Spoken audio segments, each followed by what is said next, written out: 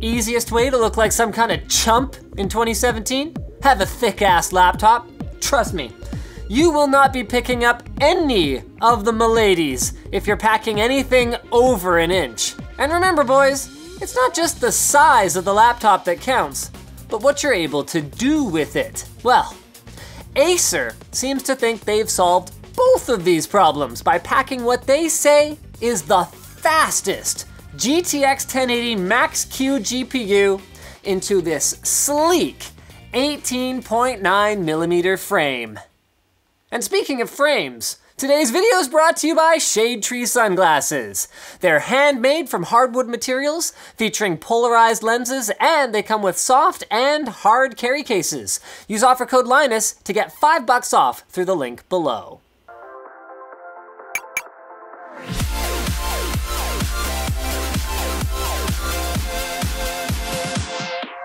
So with its cool gray aluminum back panel and somehow less tacky than usual, must be the blue accent Predator logo, there is no denying the Triton 700 is a different breed of gaming laptop. This is one fine looking machine. Opening it up, the thick bezels and the plastic around the webcam are not ideal, but these can be forgiven once you see that sexy glass window that subtly shows off the cooling fan and the heat pipes below. And look, it is not just about that bling bling. I mean, you gotta respect design that performs while also managing to turn sexy engineering into a showpiece. And the fact that they also managed to integrate the multi-touch trackpad into it is straight up cool, even if it's not ideal for usability. More on that later. Moving down from the tempered glass, we get to the oddly placed keyboard embedded in a very sturdy aluminum chassis. The keyboard is fully programmable and boasts full RGB backlighting, although in my opinion, it does look best when it's left blue to match the lights on the side and the logo on the back. We can take a look at the I/O now. Thunderbolt 3 with 4 PCIe lanes, lots of USB, full-size DisplayPort and Ethernet? Very nice. Okay, now let's just boot it up and oh wow. Okay, really? That's not controlled by system volume? Well, make sure you disable that in the BIOS or you're gonna be that guy.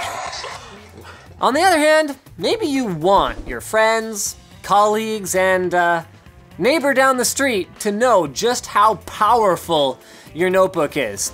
Because with internals like these, this thin and light monster should make short work of all but the thickest of rivals.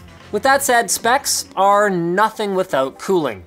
Thankfully, the Triton 700 has some legitimately impressive cooling chops, and for the most part, it succeeds at keeping both the CPU and GPU from thermal throttling. Our GPU hit a shocking 71 degrees max at room temperature, and only a combined synthetic load managed to overload the CPU's cooler. And that is a pretty unrealistic workload. And this is all while staying calm and, for a gaming machine, relatively quiet. Like I got it running right now. The mic's right there. Acer even overclocked the GPU a bit to make theirs the fastest Max-Q laptop available, consistently beating out the Asus Zephyrus. Though, admittedly, this is a bit of a hollow victory, since overclocking what is essentially an underclocked chip is kind of like sandbagging your fitness tracker for the rest of the week so that you can do 200% of your daily goal on Friday. A real desktop GTX 1080, or for that matter, even a thicker laptop with a non-Max Q 1080 puts both of these pretenders to the throne in their place pretty handily. But your desktop wouldn't have an integrated 120Hz 1080p IPS display with G-Sync, now would it? The display is a bright point for this product, literally. Like, it's bright, and with good viewing angles and satisfactory motion blur. It's great to look at while you game. And if someone wants to look at you, the webcam is pretty solid too. Now the speakers didn't blow me away, but they're not bad at all, especially considering how thin it is if you don't mind the lackluster bass, and having a Dolby Atmos certification is great if you're a headphone user. But let's get back to the interface. The trackpad looks really cool. And you could make the argument that gamers would be pretty likely to take advantage of the recessed USB port to carry around a high-performance wireless mouse. But if you care about size enough to pay a premium for this versus a less toteable gaming notebook, then you probably are planning to try to use it as a portable device from time to time. And while ergonomically this placement actually didn't bother me nearly as much as I expected, it's a lot better than the weird shaped ones on the right of the keyboard in my opinion. You do need to be careful not to mash keys on your keyboard with your palm, and there are definitely some other issues. The boundaries are poorly marked with no tactile bump to indicate that you've crossed them. The glossy Gorilla Glass is a greasy fingerprint magnet. The lack of physical buttons for a two-handed operation is a huge downer for me personally. And those are real heat pipes down there. It gets hot, reaching as high as 53 degrees under load. Although this should only be an issue if you were to use the trackpad immediately after a gaming session. On the subject of planning to use it as a regular notebook, the custom mechanical keyboard is awesome, with a nice, short, but satisfyingly clicky key travel that makes it a great balance for both gaming and typing.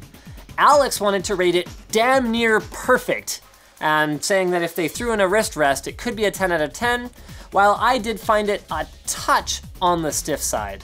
Though with that said, the power brick is really big, and battery life still gets killed by basically every other laptop. Remember guys, GTX 1080 laptops don't use onboard graphics and Optimus technology to save power at idle. For the tinkerers out there, popping the Triton 700 open and unscrewing this heat shield reveals the 5 heat pipes responsible for the impressive performance results we saw, as well as 2 M.2 slots and 2 DDR4 SODIMM slots. Now they're all already populated on our config, so you won't be upgrading much unless you want to throw away what's already in there to beef up your RAM or storage down the road, but I still appreciate that they aren't soldered. That's something you can't take for granted with all thin and lights. Leading us to a conclusion time, I guess. You know what? Overall, I really like the Predator Triton 700. It's pretty easy to recommend. Great performance, okay battery life, considering all the other factors. And there's only one thing that really goes against it, the price. At $3,000, it's not a budget option, and it's $400 more than even the competing Asus Zephyrus. But with that said, you're already paying a huge premium over just buying an equivalent desktop plus a separate thin and light for travel.